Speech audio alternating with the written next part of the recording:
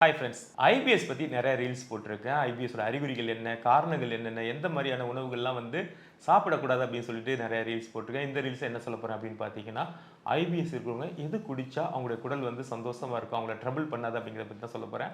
அதுல ஃபர்ஸ்ட் இருக்கிறதே வந்து நம்ம ரெகுலரா செய்யக்கூடியது தாங்க ஜீரக தண்ணி.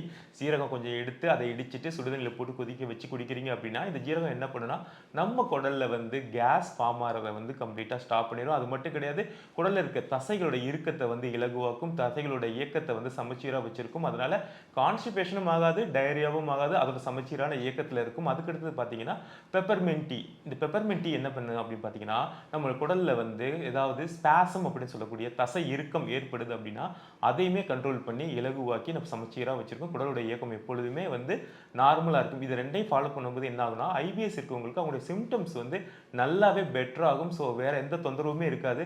ரொம்ப கஷ்டப்படுறீங்க அப்படின்னா, இத கண்டிப்பா ட்ரை பண்ணி பாருங்க. ட்ரை பண்ணி பார்த்துட்டு எப்படி இருக்கு அப்படின்னு சொல்லிட்டு கமெண்ட்ஸ்ல போடுங்க.